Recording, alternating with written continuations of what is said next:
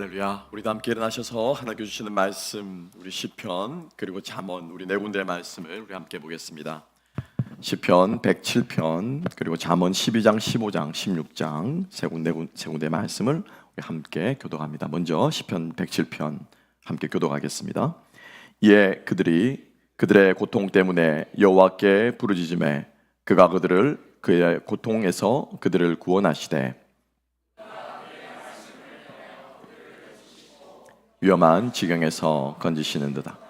여호와의 인자하심과 인생에 행하신 기적으로 말미암아 그를 찬송할지로다. 칼로 지름같이 함부로 마르는 자가 있거니와 지혜로운 자의 혀는 양약과 같으니라. 다 함께. 온순한 혀는 곧 생명나무이지만 패역한 혀는 마음을 상하게 하느니라. 마지막 말씀 읽습니다. 시작. 선한 말은 꿀송이 같아서 마음에 달고 뼈에 양약이 되느니라. 아멘, 아멘. 자리에 앉으시겠습니다. 오늘의 시편과 잠언의 말씀들을 가지고 치유와 회복의 말이라는 제목으로 함께 은혜 나눌 때, 오늘 기도 가운데 집사님 고백하신 것처럼 이 설교가 여러분들에게 인포메이션이 아니라 트랜스포메이션하는 역사가 있게 되기를 소망합니다. 정보를 받는 것이 아니고요, 변화되어야 됩니다. 그때서야 하나님은 우리 교회 가운데서 영광 받으신 줄로 믿습니다. 아버지의 말씀이 땅에 떨어지지 않고 성도들의 마음에 심겨져서 성도들의 삶 속에서 영광 받으실 때, 이루어질 때 하나님께서 그 공동체를 통해서 영광을 받으시는 줄로 믿습니다. 주중에 이런저런 성도님들과 교제하고 또 성경 공부하고 신방하면서 우리 많은 분들이 정말 말씀을, 특별히 지난주 말씀은 더 열심히 지키며 살아가셨구나라고 하는 것을 제 마음속에 이렇게 느낄 수가 있었습니다. 여러분, 정말 여러분들이 하는 한마디 한마디 가운데 하나님의 능력이 드러날 수 있기를 소망합니다. 그래서 오늘은 두 번째 시간인데요, 우리 세 번에 걸쳐서 봅니다. 두 번째 시간은 하나님의 이 말씀의 능력이 어떻게 드러나야 되느냐라고 했을 때 치유와 회복입니다. 치유와 회복입니다. 그래서 하나님의 이 말씀이 우리의 삶 속에서도 치유와 회복의 능력으로 드러날 수 있게 되기를 소망합니다. 이 시편 107편, 우리가 첫 번째로 읽었던 19절부터 21절만 떼서 읽었는데요, 이 시편 107편은 이런 노래예요. 여러분, 길 가다가 혹은 여행하다가 드라이브 하시면서 가장 많이 하는 것 중에 하나가 아마 아무 생각 없이 하기도 하고, 또 갑자기 생각나는 노래가 있기도 하고, 아마 노래를 드실 거예요. 찬양을 들으시는 분도 계시겠고, 흘러간 옛 노래를 들으시는 분도 계시겠고, 그죠? 옛날 생각하는 노래들도 있을 겁니다. 아마 가장 손쉽게 할 수 있는 것, 그리고 라디오 방송 중에도 가장 많이 나오는 게 아마 음악 방송이지 않을까 싶습니다. 마찬가지로요, 옛날 고대 이스라엘 백성들도 여행을 했습니다. 특별히 남자는 1년에 한 번은 반드시 여행을 했어야 되는데, 어디로 가는 여행이냐면 바로 예루살렘 성전으로 가는 여행이에요. 1년에 한 번은, 그게 6월절이 되었건 초막절이 되었건 아니면 대속제일, 욤키푸르라고 하는 대속제일이 되었건 간에 예루살렘 성전에 가서 하나님 앞에 제사하고 예배드리는 것을 그들의 신앙의 의무로 하나로 삼았고요. 그래서 그 예루살렘 성전으로 향하는 그 길, 요즘처럼 차가 있지 않고요, 걸어가야 됐습니다. 그러니까 그 길이 길다는 거죠. 그래서 우리가 이 길을 가져서 예루살렘 성전을 향해서 하나님께 예배드리는 자리를 향해서 가는 이 길을 뭐라고 하냐면은 순례길이다라는 표현을 썼다는 거죠. 아마 여러분들은 다 오늘 아침에 이 순례길을 걸어서, 아니죠, 운전하는 거죠. 순례길을 운전해서 주의 전에 나오신 줄로 믿습니다. 그래서 이 순례길을 가는 순례자들의 노래가 뭐냐면은 시편 107편이에요. 우리 아침에 1부 예배 시간에 제가 물었습니다. 순례자가 뭡니까? 필그리미지라고 말하는 게죠. 순례가 뭡니까? 라고 물으니까 순례가 순례죠. 관광순례는 아니고요, 순례잡기도 순례는 아니고 순례길인데, 자, 여러분 생각해 봅시다. 순례길, 차도 없고 그 당시에 옛날, 그죠, 수천 년 전에 여행을 떠난다, 길을 간다라고 했을 때 여러분 뭐가 가장 중요할까요? 오늘하고는 상상할 수 없는 모습일 겁니다. 그렇죠? 꼭 여행 가운데 챙겨야 할 것들이 있을 거예요. 첫 번째로 뭐가 필요할까요? 당장, 그렇죠, 먹을 게 필요하겠죠. 옷이 필요합니까? 우리 여자분들은 잠옷도 필요하고 컬러도 필요한, 의복이 필요합니다. 뭐니 해도 먹을 게 필요하죠. 그리고 옷도 필요하죠. 자, 그리고 또 뭐가 필요할까요? 나를 지킬 수 있는, 그죠? 여러분 생각해 보세요. 길이 그냥 길이 아니라니까요. 들판길을 가로질러야 되고 최소한 내 몸을 지킬 수 있는 막대기 하나라도 필요할 거라는 거죠. 나를 지킬 수 있는 도구가 필요할 것이고, 그래서 여러 가지 것들이 필요할 것입니다. 자, 그런데요, 옷이 조금 가다가 떨어지면은, 그죠? 뭐 대충 또 딴 거 뭐 입거나 뭐 이렇게 해서 계속 길을 갈 수 있습니다. 배가 조금 고파도 조금 끼니 좀 참다가 저기 가면 나무 열매가 보이니까 뭐 그거 주워 먹든지, 목이 말라도 어떻게 좀 여정은 할 수는 있어요. 그런데 이것이 망가지면은, 이게 안 되면은 이 순례길을, 예배드리러 제사로 가는 길을 갈 수가 없습니다. 뭘까요? 뭘 잃어버리면? 우리가 인생을 살아가면서, 그죠? 잃어버릴 수 있는 것들이 있습니다. 그런데 살 수 있는데 이거 잃어버리면 못 삽니다. 뭐죠? 뭡니까? 건강. 건강. 그죠? 건강을 잃어버리면 다 잃어버리는 거예요. 그러니까 이 순례길을 가는데 순례자들에게 가장 중요한 이슈가 뭐냐면요, 병에 안 걸리는 거예요. 병에 안 걸리는 거. 그죠? 그런데 얼마나 병에 걸리기 쉽게 노출이 되었습니까? 우리가 여행만 가도 물 가려면 어때요? 물 한번 잘못 마셨다가 여행이 낭패되는 경우 있고요, 배고프다 이것저것 주워 먹었다가 배탈 나는 경우도 있고, 풍토병에 걸리는 경우도 있고. 당시에 순례자들에게서 질병과의 싸움은 아주 중요한 주제였다는 것입니다. 그래서 우리가 이 상황을 안다면은 오늘 시편 107편 19절에서 이 순례자는 하나님께 이렇게 노래하고 있습니다. 그가 그의 말씀을 보내요. 그들을, 즉 순례자들을 고치시고, 여호와 라파라고 하는 여호와께서 그들을 고치시고 위험한 지경에서 건지시는도다라고 고백합니다. 무엇을 보내 고치신다고요? 무엇을 보내서요? 뭐 약초를 만나서 고치게 합니까? 아니면은 약순물을 만나 고치게 합니까? 무엇을 보내서요? 말씀을 보내요 고치신다라고 시편 기자는 노래하고 있습니다. 하나님의 말씀에는 치유하는 능력이 있는 줄로 믿습니다. 아멘. 우리가 지난주에 언어는 하나님이 주신 도구고, 이 언어의 말에는 뭐가 있다고요? 권세가 있다라고 우리가 함께 묵상했습니다. 그리고 이 언어는 하나님만 가지고 계신 것이고, 하나님께서 당신의 형상을 입은 인간에게만, 원숭이도 아니요, 침팬지도 아니요, 돌고래도 아니요, 오직 인간에게만 이 말이라고 언어라고 하는 선물을 주셨기 때문에 이 언어는 하나님의 언어와 어떻게 해요? 닮아 있다라고 하는 거예요. 똑같다라고 하는 거예요. 자, 그러면은 우리가 어떻게 말을 해야 됩니까? 라고 말했을 때 우리는 무엇처럼 말하면 됩니까? 하나님이 말하는 것처럼 말하면 돼요. 어떻게 그렇게 불경스러운 말을 우리가 어떻게 아니요, 하나님이 가지고 계신 것을 우리에게 주셨기 때문에, 하나님에게 똑같은 그 언어를 우리에게 주셨기 때문에 우리들의 말도요 하나님의 언어처럼, 하나님의 말씀처럼 능력이 있는데, 어떤 능력이요? 치유하고 회복하는 능력을 우리들의 말 속에 우리가 가지고 있는 줄로 믿습니다. 자, 잘 보세요. 하나님이 태초에 천지를 창조하셨습니다. 무엇으로 창조하셨죠? 말씀으로 창조하셨어요. 그런데 아담과 하와가 하나님께 범죄한 이유로 이 완벽한 창조의 세계가 어떻게 됐습니까? 깨어졌어요. 무너졌어요. 망가졌어요. 죽음과 질병이 이 땅 가운데 들어오게 되었고, 결국 하나님께서는 창조 이후에 하나님이 하시는 모든 말씀은 어떤 말씀이냐면요, 이 깨어지고 무너지고 망가진 것들을 어떻게 해요? 새롭게 회복시키시고 치유하고 구원하는 말씀이라는 거예요. 맞습니까? 그죠? 창조 이후로 제가 다 깨어져 보기 때문에, 쉽게 말하면요, 내가 너를 도와주리라. 이게 무슨 말씀이냐면은, 우리가 하나님 없이는 살 수 없는 존재면, 왜요? 죄 지은 죄인들이기 때문에. 그래서 내가 너를 도와주리라고 하는 이 말도 따지고 보면 뭐냐면은, 우리를 어떻게 해요? 회복시켜 주겠다, 치유해 주겠다. 내가 너의 외로운 마음을 만져주겠다 하는 이 말씀도 뭐예요? 내가 너를 치유해 주겠다, 회복해 주겠다. 왜요? 우리 인생에 외로움이 왜 들어왔습니까? 우리 인생에 연약함과 죽음이라는 것이 왜 들어오게 되었습니까? 하나님과의 창조의 관계가 어떻게 해요? 깨어져 버렸기 때문이에요. 그래서 하나님의 말은요, 두 가지 힘이 있습니다. 첫 번째는 뭡니까? 창조하는 힘이 있습니다. 두 번째는 뭐가 있습니까? 치유하고 회복하는 힘이 있습니다. 그런데 놀라운 것은 이 치유하고 회복하는 것이 하다 보면 이 치유하고 회복하는 과정에서요, 새로운 것들이 나오는 거예요. 그래서 이사야 43장 18절 19절에서 이렇게 하나님 말씀하십니다. 너희는 이전 일을 기억하지 말며 옛날 일을 생각하지 말라. 보라, 내가 새 일을 행하리니 이제 나타낼 것이라. 무슨 일을 행하신다고요? 새 일을 행하리니 이제 나타낼 것이라. 너희가 그것을 알지 못하겠느냐? 반드시 내가 광야에 길을, 사막을, 강을 내리니. 할렐루야. 하나님이 하신 일은 어떤 일이라고요? 새 일입니다. 하나님이 하시는 모든 일은 새 일입니다. 오늘 이 아침에 하나님께서 우리 가운데 새 일을 행하시는 줄로 믿습니다. 내 마음이 새롭게 회복시켜 주는 줄로 믿습니다. 우리 교회를 새롭게 하나님께서 일으켜 주시는 줄로 믿습니다. 우리들의 걸음을 이끌으셔서 새로운 마음으로 이 자리에 오게 하시는 줄로 믿습니다.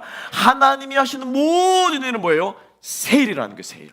그러니까 치유하고 창조하는 이것도 뭐예요? 치유하고 회복하는 것도 뭐예요? 창조라는 거예요. 창조. 이해가시죠? 논리적으로. 그죠? 그래서 하나님께서 우리에게 주신 이 말도요, 어떤 능력이 있다고요? 치유하고 회복하는 도구로 쓰여진다는 것입니다. 여러분, 이것은 신약 성경을 보아도 똑같이 드러납니다. 성부 하나님께서 그렇게 구약시대 때 쭉 무너지고 죄짓고 하나님을 떠난 이스라엘 백성들에게 끊임없이 그들을 구원해 주시고 끊임없이 그들을 도와주시고 끊임없이 그들에게 내게로 돌아오라라고 말씀하시는 그 하나님처럼 신약 성경에서도요, 예수님도 똑같이 하셨어요. 자, 여러분 잘 보세요. 여러분들이 생각할 수 있는 예수님께 행하신 많은 기적들이 있을 거예요. 그죠? 많은 기적들이 있는데 그 기적들 중에 거의 대부분은 예수님이 어떤 행동으로 하지 않으셨어요. 다 무엇으로 하셨습니까? 무엇으로요? 말씀으로 하셨어요. 몇 가지 아주 예는 우리 기억 속에 남는 예는 있습니다. 예를 들어 실로암 연못가에서 눈먼 자를 고쳐주실 때 어떻게 했습니까? 흙을 떠서 어떻게 해요? 침을 밭에 이렇게 해가지고 어떻게 해요? 발라준 거예요. 그죠? 발라주고 실로암 못가 가서 씻으라 이렇게 했어요. 또 다른 건 어땠어요? 오병이어 같은 경우에는 그죠? 떡을 어떻게 너희들이 나눠 주어라 라고 하는 거죠. 이런 액션과 행동을 가지고 이 기적을 행하신 부분들이 몇 가지가 있습니다. 대표적인 게 있습니다. 그러면은 저는 생각을 해봅니다. 제가 예수님 같았으면, 죄송합니다, 신목사는 항상 그런 얘기예요. 제가 하나님 같았으면, 예수님 같았으면 하는데 상상을 해보는 거예요. 그죠? 여러분, 예수님께서 우리 집사님 너무 아프다. 그죠? 예를 들어서 병든 자가 왔으면은 치유해야 될 때 상처를 어떻게 해요? 만져주고 쓰다듬으시면서, 그죠? 나아라. 우리 어릴 때 배앓이 하면 할머니들 어떻게 해주십니까? 어떻게 하십니까? 제가 여기서 해볼 수는 없고 딱 이렇게 해도 어떻게 해? 배를 이렇게 만지면서, 그죠? 뭐 이상한 노래를 부르시더라고. 종글종글 하면서 나아라 뭐 어떻게 하는지. 최소한 그런 액션들을 하면서 상처를 쓰다듬는다든지, 그죠? 아니면 안아준다든지, 아니면 흙을 발려 이겨준다든지, 어떤 액션들을 통해서 예수님께서 모든 기적들을 행할 법도 한데, 극히 한 두세 개를 제외하고는 모든 예수님의 기적들은 뭘로 하십니까? 말씀을 한다는 거예요. 말씀하심의 풍랑이 잠잠게 됩니다. 할렐루야. 말씀하심의 귀신이 쫓겨납니다. 할렐루야. 일어나 걸으라고 말씀하시니 절마리가 일어납니다. 나사로야 무덤에서 나오라고 말씀하시니 죽은 자가 살아납니다. 모든 예수 그리스도의 기적은 무엇으로 이루어진다고요? 치유하고 살리고 고치는 모든 것들이 무엇으로? 말씀으로 이루어집니다. 누가복음 7장은 이 사건을 극명하게 증거해주는 사건이죠. 로마의 백부장이 예수님을 가리켜서 뭐라고 말합니까? 고쳐주러 오잖아요. 그죠? 너희 집 가자, 하인들 고쳐줄게 라고 말하니 로마의 백부장은 뭐라고 말합니까? 오지 마십시오. 뭐만 하십시오? 말씀만 하십시오. 낫겠습니다. 그 말씀이 무엇이 있습니까? 치유하는 능력이 있다는 것입니다. 아멘. 그러니까 하나님께서 우리에게 주신 이 언어의 말의 본질은 뭡니까? 치유하고 회복하는 데 쓰라는 거예요. 내 감정 쏟아내라고 쓰는 게 아니고, 인포메이션들을 주고받는 데 쓰라는 것이 아니고, 무엇 하는데요? 깨어진 이 세상을, 얘들아, 내 백성들아, 어찌하든지 너희들의 삶 속에서, 너희들의 대화 속에서, 너희들의 말 속에서는 치유하고 고쳐주고 만져주고 일으켜주고 위로하고 이런 것들을 너희들이 하라고 하나님께서 우리들에게 언어를 주신 줄로 믿습니다. 그래서 오늘 성경 말씀에서도요, 잠언에서는 두 군데의 말씀입니다. 16절과 12절 동시에 한 번 더 볼까요? 12장 18절 읽어보겠습니다. 시작. 잠언 12장 18절 다 같이 읽습니다. 시작. 칼로 찌름같이 함부로 말하는 자가 있거니와 지혜로운 자의 혀는 양약과 같으니라. 아멘. 16장 24절 시작. 선한 말은 꿀송이 같아서 마음에 달고 뼈에 양약이 되느니라. 할렐루야. 말이 뭐가 된다고요? 약이 된대요. 약이 된대요. 말이 보약입니다. 아멘. 네, 내 말이 보약이에요. 우리들의 말로 연약한 자들을 이렇게 세워주는 저와 여러분 될 수 있기를 소망합니다. 자, 그러면 말은 약인데요. 여러분, 약을 처방할 때 가장 중요한 것 중에 빠뜨리지 말아야 될 게 있습니다. 여러분, 약은 어떻게 해야 됩니까? 챙겨 먹어야 됩니다. 그죠? 예. 약을 잘 못 챙겨 먹어요, 우리 남편들이. 그래서 막 따라다니면서 아내들이 챙겨줘야 되는. 왜 여러분 약을 챙겨 먹는다고 말할까요? 왜 약을 챙겨 먹는다고 말합니까? 일단 첫째로 빠뜨리면 안 돼요, 그죠?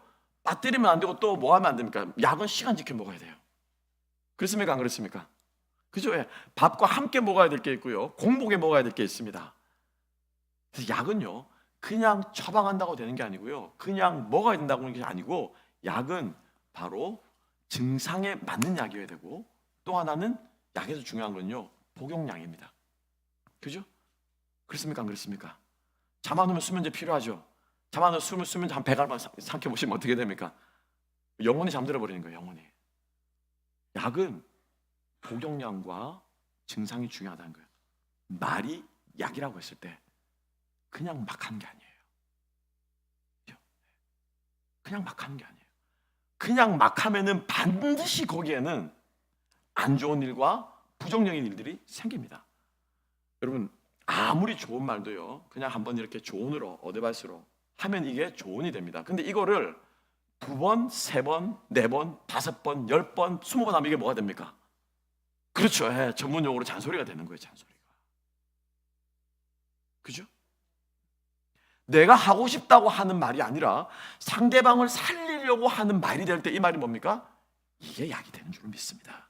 내 마음에는 안 지키는 것 같아요. 아침 일찍 일어나라고 했는데, 이거 좀 잘하라고 했는데, 좀 양말 좀 개가지고 세탁기 옆에 땅 놓으라고 했는데, 내 마음에는 그렇게 하는 게 맞는데 상대방에게 맞게끔, 상대방에게 복용량에 맞게끔 해주는 이 말이 상대방을 살리는 말인 줄 믿습니다. 그래서 이수호 목사님께서 뭐라고 말씀하셨어요? 상대방이 듣고 싶어하는 말대로 해주는 것이 말이라는 거죠. 그래서 양약인데요, 지금부터 우리가 함께 그러면은 어떻게 하면은 이 양약을, 말을 약처럼 쓸 수 있을 것인가? 내 기분 푸는 말, 내 감정 나타내는 말, 내 거 전달하는 인포면 이거 해주세요, 저거 해주세요, 이거 해, 저거 해, 나 이거 갖고 싶어, 지금 내 마음이 외로워, 지금 내 마음이 힘들어, 화가 났어, 당신 그러면 안 돼 라고 하는 이런 말 말고 사람을 살리고 세우는 약으로서의 말을 어떻게 하는가, 3가지로 함께 한번 살펴보겠습니다. 첫 번째는요, 우리가 잠언을 한 6구절을 살펴볼 텐데, 잠언에서 가장 말에 대해서 많이 말하고 있습니다. 하나님의 말씀의 능력이 인간의 삶 속에서 어떻게 드러나야 되는지 말하고 있는데, 첫 번째는 뭐냐면요, 말을 적게 하는 겁니다. 말을 어떻게 한다고요? 적게 하는 겁니다. 잠언 10장 19절 말씀 함께 한번 읽어보겠습니다. 시작. 말이 많으면 허물을 면하기 어려우나 그 입술을 제어하는 자는 지혜가 있느니라. 17장 28절도 읽습니다. 시작. 미련한 자라도 잠잠하면 지혜로운 자로 여겨지고 그 입술을 닫으면 슬기로운 자로 여겨지느니라. 가장 기본적이고 기초적이고 가장 쉽게 할 수 있는 겁니다. 말을 적게 하는 거예요. 목사님, 저는 말 적게 하는 거 너무 힘든데요. 저는 막 쓰다가 말을 좀 해야지 풀리는데요.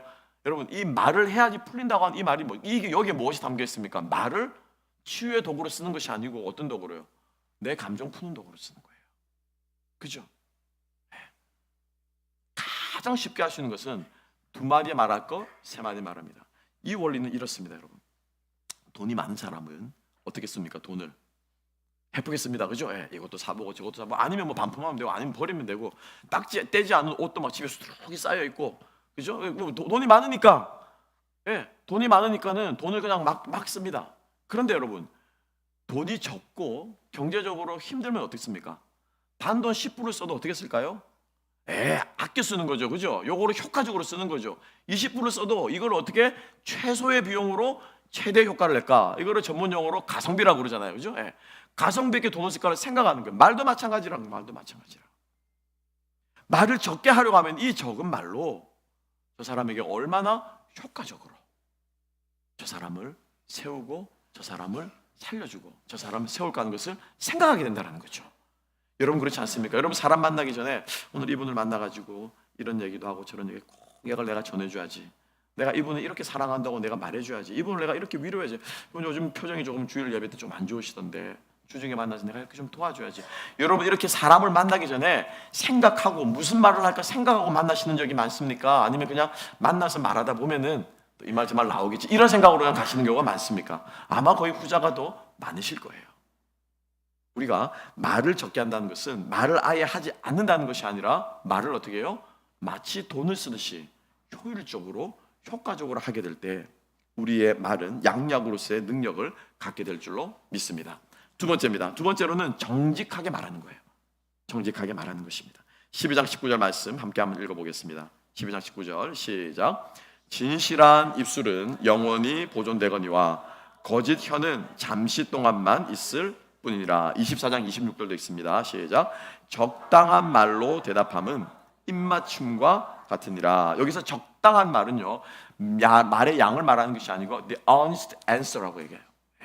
정직한 말은, 정직한 대답은 입맞춤과 같다. 여러분 입맞춤이라는 것은 두 가지로 해석이 됩니다. 첫 번째로는 사랑하는 사람들끼리의 인사법이고요, 또 하나는 고대 근동 지방에서 입맞춤은 존경의 표현으로서 입을 맞춥니다. 왕에게 말할 때 어떻게 합니까? 그죠? 예, 왕의 발에 입을 맞추고, 그죠? 예, 왕의 그 홀에 입을 맞춥니다. 그래서 입맞춤은 사랑과 존경의 표현이라는 겁니다. 정직하게 이야기해 주는 것, 정직하게 말하는 것은 그 사람에 대한 존경과 배려와 사랑의 표현이라고 말하며, 이 정직한 말은 어떻게 해요? 수명이 길대요. 오래 간대요. 그런데 반드시 우리가 정직하게 말할 때 하나를 더 붙여야 됩니다. 바울은 바울서신에서 이야기합니다. 우리가 무엇 가운데 진리를 말한다 말하냐면요, 사랑 가운데 진리를 말한다는 거예요. 무엇 가운데 진리를 말한다고요?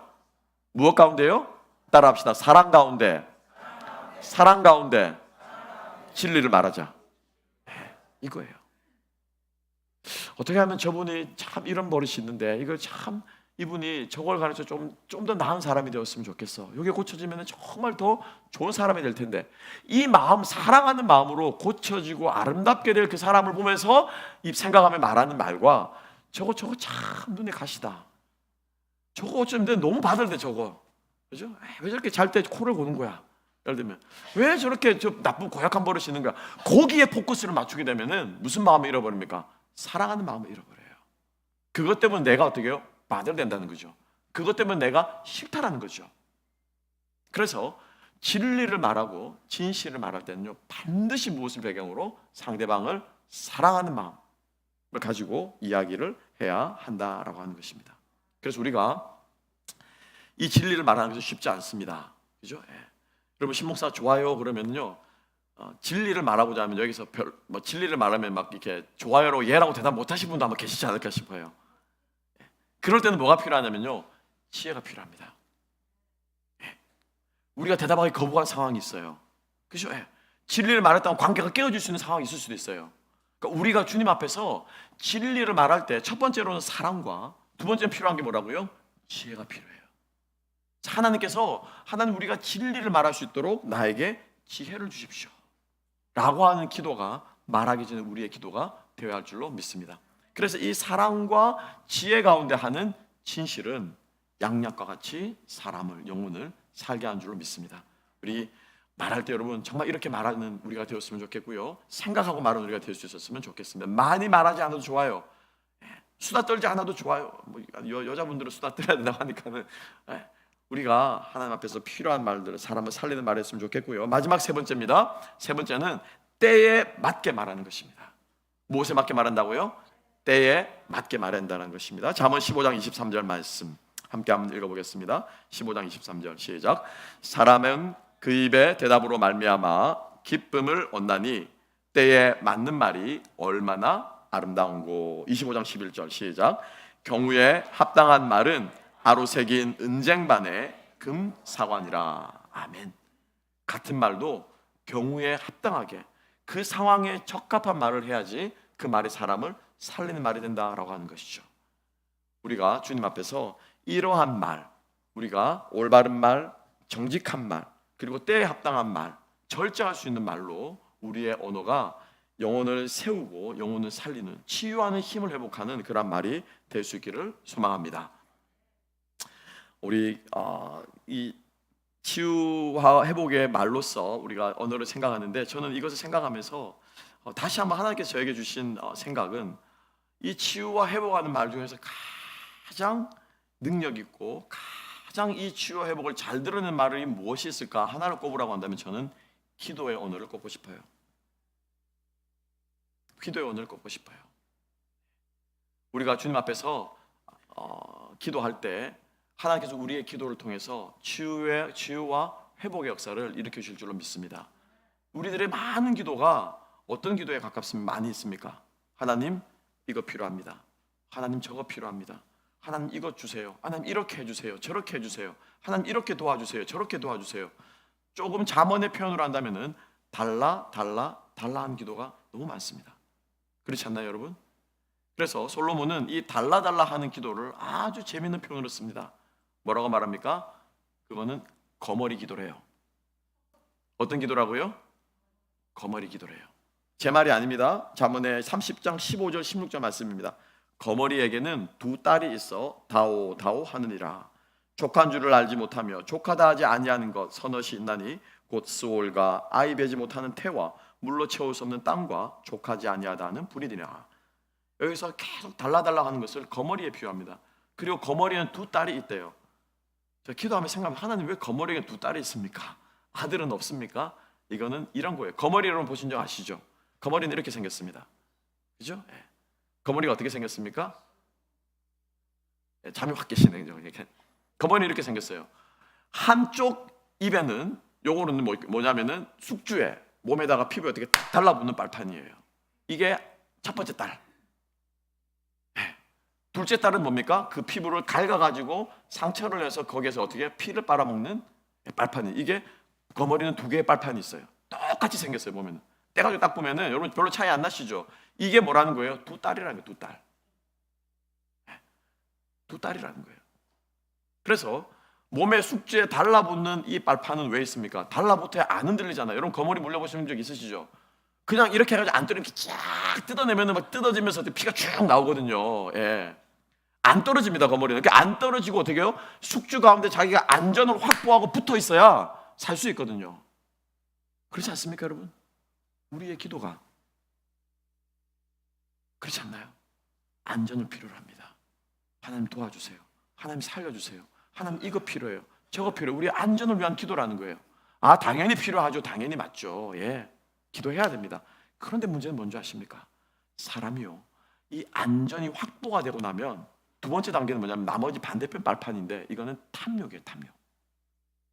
그렇죠? 상처를 내고 긁어가지고 자기 것을 채웁니다. 이건 탐욕이에요. 사람은 항상 그렇습니다. 안정이 확보되고 나면요, 이 안전에 대한 욕구는 무엇으로 변질됩니까? 탐욕으로 변질이 됩니다. 가장 대표적인 예를 들어보겠습니다. 유학 시절에 저희도 그랬고 지금 우리 전도사님 목사님들도 참 이게 가장 골칫 중에 하나가 뭐냐면 자동차, 그죠? 예. 제발 좀 미케닉 샵에 안 갔으면 좋겠어. 좀 제발 좀 이 차가 고장 안 나고 잘만 갔으면 좋겠어.